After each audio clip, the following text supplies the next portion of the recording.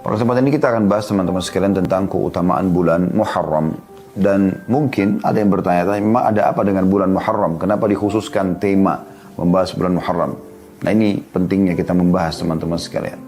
Satu bulan ini adalah bulan yang luar biasa dan Anda punya peluang sangat besar untuk mendapatkan pahala yang berlipat ganda.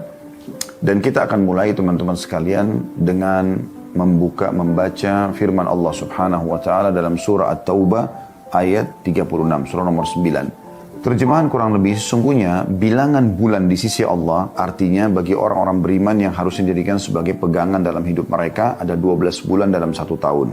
Dan 12 bulan ini adalah bulan-bulan Hijriyah. Mulai dari bulan Muharram yang hari ini kita ada, kemudian bulan Safar yang kedua, Rabiul Awal yang ketiga, Rabiul Tsani yang keempat, Jumadil Ula yang kelima, Jumadil Tsani yang keenam, Rajab bulan yang ketujuh, Sya'ban bulan ke-8, Ramadan bulan ke-9, Syawal bulan ke-10, Dzulqa'dah bulan ke-11 dan Dzulhijjah bulan ke-12. Dan seharusnya dari ayat ini setiap muslim dan muslimah peduli dengan bulan-bulan Hijriyah. Allah mengatakan, saya kembali ke terjemahan tadi At-Taubah ayat 36, sungguhnya bilangan bulan pada sisi Allah ada 12 bulan. Sudah kami sebutkan tadi nama-nama 12 bulan tersebut. Allah mengatakan dalam ketetapan Allah di waktu dia menciptakan langit dan bumi. Maksudnya Allah sudah tentukan dari pertama diciptakan langit dan bumi 12 bulan ini. Dan di antaranya ada 4 bulan yang hurum atau dimuliakan. Itulah ketetapan agama yang lurus. Maka jangan pernah kalian menzalimi diri kalian, terutama di 4 bulan tersebut. Kita akan garis bawahi teman-teman dari surah At-Taubah, surah nomor 9 ayat 36 ini, di potongan. Dan di antara 12 bulan itu ada 4 bulan yang dimuliakan, maka jangan kalian zalimi diri kalian di 4 bulan itu. Maksudnya jangan sampai melakukan kemaksiatan. Tentu Allah maafkan orang yang melakukan, tapi ini seorang muslim dan muslimah lebih berhati-hati. Keempat bulan ini maksudnya ini disebutkan dalam sebuah hadis Nabi SAW dalam hadis sahih. Ya, sesungguhnya 4 bulan itu adalah bulan Rajab yang dikenal oleh suku Mudar, ada suku Arab dulu ya, yang berada di antara Jumadi dan bulan Sya'ban. Itu bulan Rajab, bulan ke-7 ya, dari bulan Hijrah tadi sudah kami sebutkan. Dan ada 3 bulan kata Nabi SAW berturut-turut. Bulan Dzulqa'dah, bulan 11, bulan Dzulhijjah, bulan 12, dan bulan Muharram. Kata Imam Qurtubi rahimahullah dalam tafsir beliau mengatakan bahwasanya Allah memuliakan 4 bulan ini menandakan siapapun yang berbuat amal soleh di 4 bulan itu maka akan dilipat gandakan pahalanya, dan siapapun yang berbuat dosa maka juga bisa dilipat gandakan dosanya ya. Kemudian teman-teman sekalian, bulan ini, bulan Muharram ini, bulan dikenal dengan bulan Allah Subhanahu wa taala. Sebagaimana dalam hadis yang sahih riwayat Muslim dari Abu Hurairah radhiyallahu anhu bahwasanya Nabi sallallahu alaihi wasallam bersabda, "Afdhalus shiyami ba'da Ramadan syahrullahil Muharram." Ketahuilah bahwasanya sebaik-baik puasa setelah Ramadan adalah puasa di bulan Allah, bulan Muharram. Perhatikan Nabi SAW mengatakan bulan Allah. Imam Nawawi rahimahullah mengatakan hadis ini menunjukkan bahwa Muharram adalah bulan yang paling mulia untuk melaksanakan puasa. Tentu di sini puasa sunnah ya. Sebutkan dalam syarah Sahih Muslim di 8 halaman 55. Artinya kalau Anda mau cari puasa yang paling afdal sunnah kayak Senin Kamis, kayak Ayyamul Bid 3 hari setiap bulannya ya. Atau nanti ada puasa Tasu'a dan Asyura akan kita singgung 9 dan 10 Muharram. Ini adalah puasa yang paling afdal. Atau Anda ingin puasa tatawu namanya, tambahan. Misal habis sholat subuh pulang ke rumah hari Selasa misal. Kemudian Anda merasa sehat, Anda ingin dekatkan diri kepada Allah Subhanahu wa taala dengan cara berpuasa, maka pada saat itu Anda mengatakan saya ingin puasa. Selama tidak ada yang membatalkan puasa tadi ya, selepas subuh. Anda belum makan, belum minum, belum berhubungan biologis sama istri misalnya. Maka Anda boleh puasa sebagaimana dalam sebuah riwayat yang sahih bahwasanya Nabi SAW pernah pulang ke rumah beliau, walaupun tidak disebutkan harinya. Ya, tapi yang jelas ini bukan Senin dan Kamis, karena hari Senin dan Kamis Nabi SAW sudah tidak bertanya lagi tentang makanan.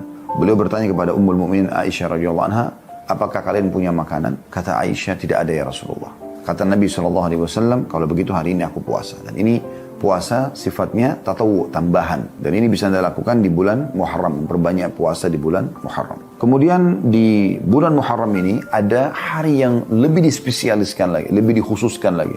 Yaitu dikenal dengan 10 Muharram atau hari Asyura. Ini hari yang paling dimuliakan oleh manusia umumnya yang beriman kepada Allah. Orang-orang Yahudi memuliakan hari ini. mereka berpuasa di tanggal 10 Muharram. Walaupun pendapat yang paling sahih di antara ulama-ulama kita di zaman sekarang mengatakan Yahudi sudah tidak puasa lagi hari ini. Itu di zaman Nabi SAW. Yang jelas dalam riwayat Ibnu Abbas diceritakan, beliau pernah menyampaikan, "Lamma qadimal Madinata wajadahum yasumuna yauman." Ketika Nabi SAW tiba di Madinah, Nabi SAW mendapatkan Yahudi sedang berpuasa satu hari. Ya'ni Ashura, tepatnya mereka puasa tanggal 10 Muharram. Faqalu hadha yaumun azim. Dan orang-orang Yahudi pada saat ditanya, kenapa kalian puasa? Mereka bilang ini adalah hari yang agung. Wa huwa yaumun najjallahu fihi Musa. Hari ini Allah, 10 Muharram inilah Allah selamatkan Nabi Musa ya, dari Fir'aun tentunya. Wa agraka ala Fir'aun, dan menenggelamkan Fir'aun dan keluarganya atau sekutu-sekutunya gitu. Fasama Musa syukran lillah. Maka Nabi Musa merutinkan puasa di tanggal 10 Muharram sebagai tanda syukur kepada Allah. Faqala, maka Nabi SAW bersabda, Ana awla bi Musa minhum. Karena Nabi SAW, kami kaum muslimin lebih layak menghormati Musa daripada kalian. Karena Yahudi kan puasa karena menghormati Nabi Musa. Maka kata Nabi SAW, kami lebih berhak menghormati Musa daripada kalian. Fasamahu wa amara bisiyami. Maka Nabi SAW berpuasa dan memerintahkan agar muslimin berpuasa. Nah, hadis ini hadis riwayat Bukhari.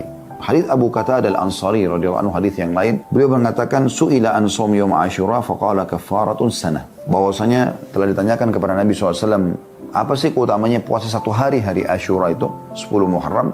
Maka beliau mengatakan bisa membersihkan dosa-dosa setahun yang lalu. 365 hari dosa kita dimaafkan yang lalu. Hadis ini riwayat Muslim dan juga Ahmad. Jadi puasa ini teman-teman, walaupun sunnah hukumnya, tetapi penekanannya luar biasa. Penekanannya luar biasa, apalagi keutamaannya bisa mendapatkan pembersihan dosa setahun yang lalu atau 365 hari. Hanya saja teman-teman sekalian, kita sangat dianjurkan oleh Nabi SAW, selain menjaga puasa Asyura, mengikutkan Asyura dari kata-kata Asyara yang berarti 10 ya. Kita dianjurkan juga menambah dengan puasa Tasu'a atau puasa tanggal 9-nya. Beranjak daripada hadis Ibnu Abbas radhiyallahu anhuma, beliau menceritakan hina shama Rasulullah sallallahu alaihi wasallam yaum Asyura wa amara bisiyami.